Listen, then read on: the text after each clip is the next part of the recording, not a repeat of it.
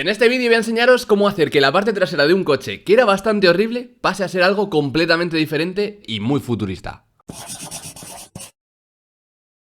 Y es que tengo un coche que nunca me ha gustado por detrás. Cuando lo veía en los videojuegos decía, joder, qué feo, pero iba tan bien que al final me lo terminé comprando. He ido restaurándolo poco a poco, le he cambiado el motor, la suspensión, las llantas, el interior, todo, pero la parte de atrás sigue siendo fea. Y aunque vi que para este coche había kits que cambiaban toda la carrocería y lo volvían como si fuese una copia de un superdeportivo carísimo, siempre me ha dado la sensación de que vas aparentando tener un coche que no te puedes permitir. Y era una pena cambiar todo el coche cuando realmente todo me gustaba salvo la parte trasera. Y un día circulando por la autopista se me encendió la bombilla porque vi que los pilotos traseros del de adelante, un camión, eran bastante chulos. Pensé, joder, un camión tan feo y tan viejo con intermitentes dinámicos, si él lo ha podido hacer, pues yo también. Y viendo que mi coche tenía unos pilotos traseros tan grandes, iba a quedar mal. Entonces digo, ¿y si convierto el faro en una rejilla de ventilación? Mi idea era hacer algo como el Audi R8, que tiene como un hueco gigante detrás para meter un faro muy grande, pero la mitad o más es rejilla. Y casualmente este coche tiene la misma disposición, el motor atrás y las tomas de aire laterales. Entonces al meterse el aire por ahí se quedaba como encerrado, pero al ponerle estas rejillas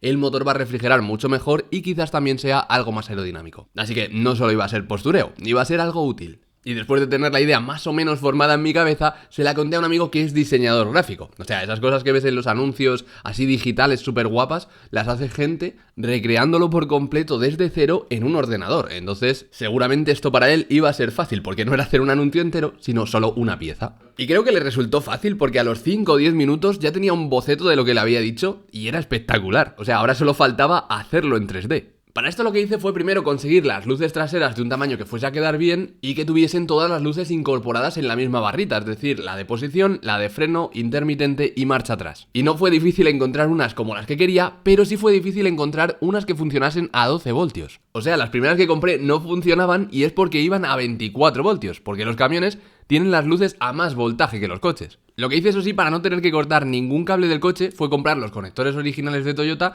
y buscar con un multímetro cuál era cada cable. Luego directamente soldar ese conector a la barra de LED y ya conectarlo al coche y comprobar que funciona. Funciona bien, tío.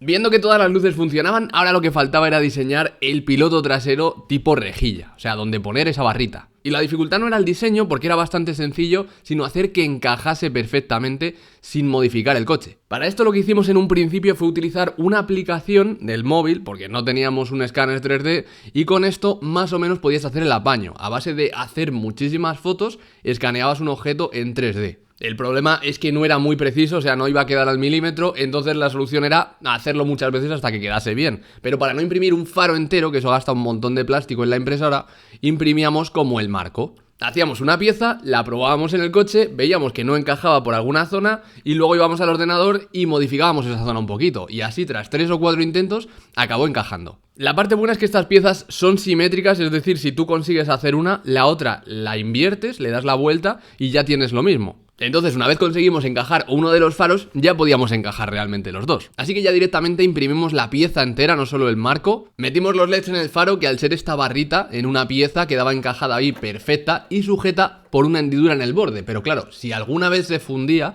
quería poder cambiarlo. Entonces, la idea, en vez de pegarlo, era coger una pieza que, aparte de sujetar los cables por detrás, con un tornillito se quedase haciendo como palanca y sujetando toda la pieza de los LEDs. Entonces, si había que cambiarlos alguna vez, solo era quitar un tornillo y mientras quedaban súper sujetos sin necesidad de pegamento. Una pasada.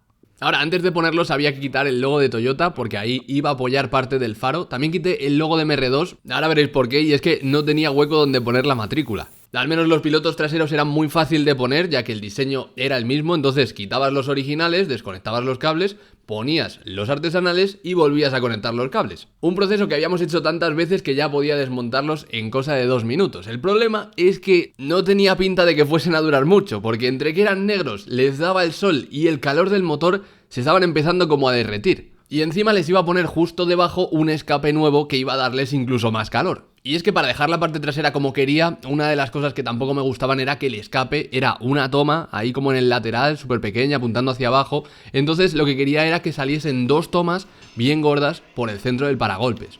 Algo como lo que tiene el Porsche Carrera GT, pero en un MR2.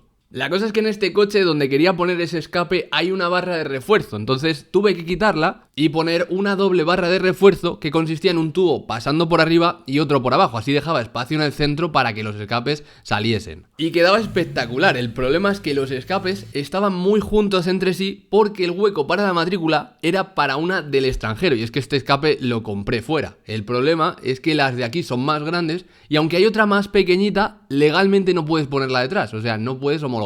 Así que tenía que cambiar los escapes, o sea, separarlos. Así que como siempre había complicaciones, los pilotos traseros se derretían y los escapes estaban demasiado juntos. Lo de que se derritiesen tuvo una solución bastante sencilla y fue imprimirlo en otro material, concretamente ABS. Pero para imprimir en este material o bien modificas tu impresora y la cierras con unos paneles de cristal o te compras una que ya venga cerrada. O sea, no es tan fácil como imprimir en PLA, pero tampoco es absurdamente complicado. Simplemente tienes que tener una impresora cerrada que coja más temperatura. Y con eso, el material aguanta 210 grados. O sea, ya es exactamente el mismo plástico con el que se hacen las piezas originales del coche. Así que aguantará lo mismo o más. Pero modificar los escapes iba a ser un poquito más complicado, porque aunque el tubo derecho sí era fácil desplazarlo hacia el exterior, simplemente poniendo un tubo más largo, el izquierdo era más complicado porque ya pasaba otro tubo por ahí. La solución que se me ocurrió fue cortarlo como en diagonal y aunque eso iba a hacer que sobresaliese un poco más, luego lo iba a rebajar cortando la parte exterior.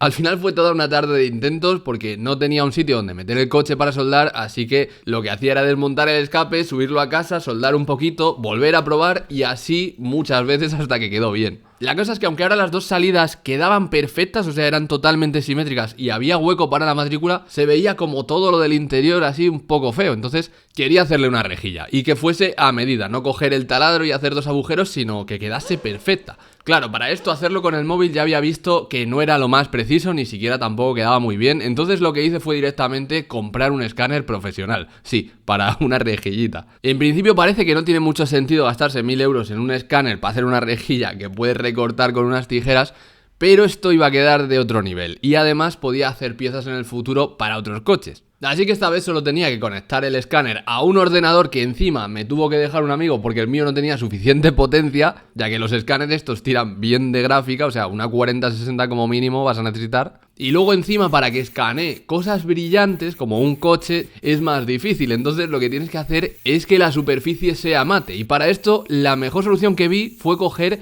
spray para limpiar el pelo largo. O sea, en vez de ducharse hay gente que se coge un spray y se lo echa en la cabeza para que se quede limpio.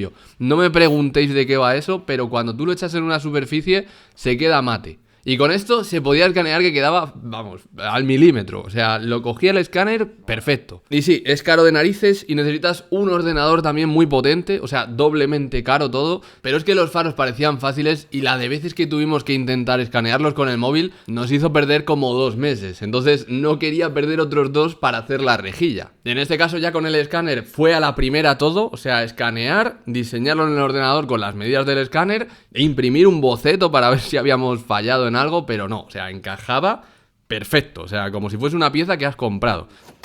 ¡Buah! Queda que flipan, ¿no? Al pelo, tú.